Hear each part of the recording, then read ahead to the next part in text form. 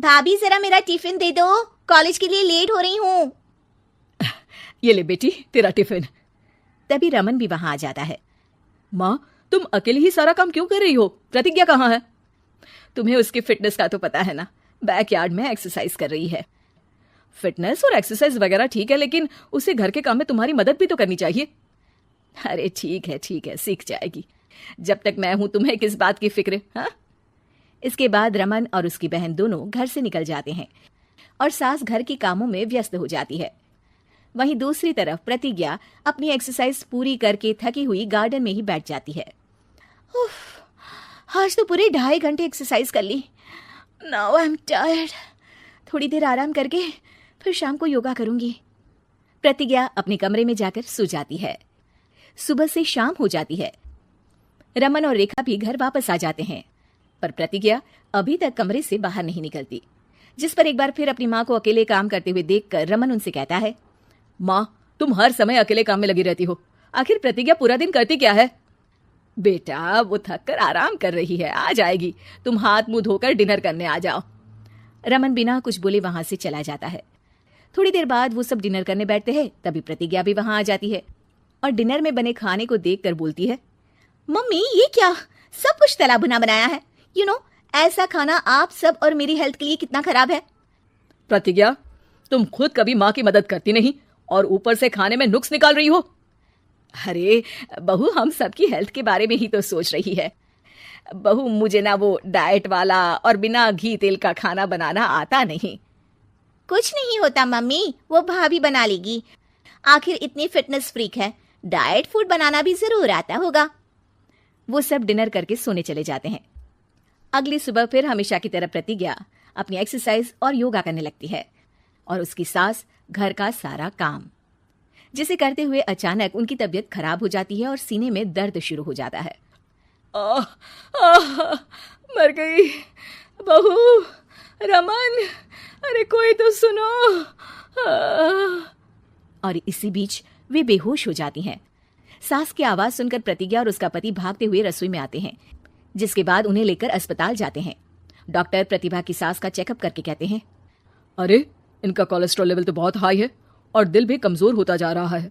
इनका लाइफस्टाइल और खाने पीने की आदत बदलनी होगी। सिर्फ light and non oily food ही खाना है और कुछ समय तक पूरा रेस्ट, साथ में कुछ एक्सरसाइज या योगा करे तो अच्छा रहेगा। पूरी जांच के बाद डॉक्टर उन्हें घर भेज देते हैं। अब घर का सारा काम प्रतिज्ञा को करना पड़ता है, जिससे वो अपनी सास के साथ पूरे घर को डाइट फूड खिलाना शुरू कर देती है। प्रतिज्ञा, ये क्या बेस्वाद और फीका खाना है, मैं ये सब नहीं खाने वाला। हाँ भाभी, बीमार तो मम्मी है, फिर हम ऐसा खाना क्यों खाएं? प्रतिज्ञा किसी की बात पर कोई ध्यान दिए बिना सास को बढ़िया एक्सरसाइज कराने के साथ कुछ ना कुछ गड़बड़ करते हुए घर का काम करती रहती है। एक शाम रमन प्रतिज्ञा से चाय मांगता है। ये लीजिए, पर मैंने इसमें चीनी थोड़ी कम डाली है। रमन चाय पीता है और तुरंत ही उसे दोबारा कप में पलट देता है। अर्र, कौन सा जहर है? अरे जहां खाने में नमक डालना होता है वहां डालती नहीं और इसमें नमक ही नमक भर दिया। उई माँ, सॉरी, मैं दूसरी चाय बना देती हूँ। अरे रहने दो, तुमसे फिटनेस का ध्यान रखने के अलावा और कुछ नहीं हो सकता।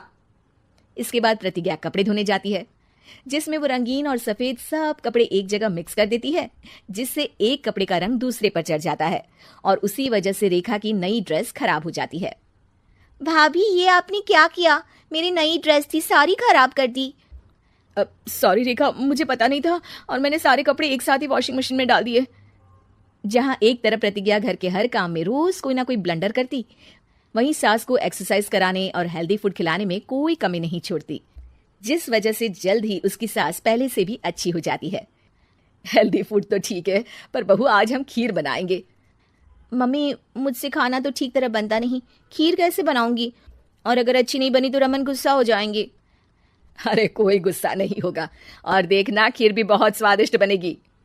प्रतिज्ञा की सास उसके साथ रसोई में जाकर उसकी मदद करते हुए खीर बनाना सिखाती है, जिसे खाकर रमन तारीफ करते हुए कहता है, वाह क्या टेस्टी खीर बनी है, मजा आ गया आज तो।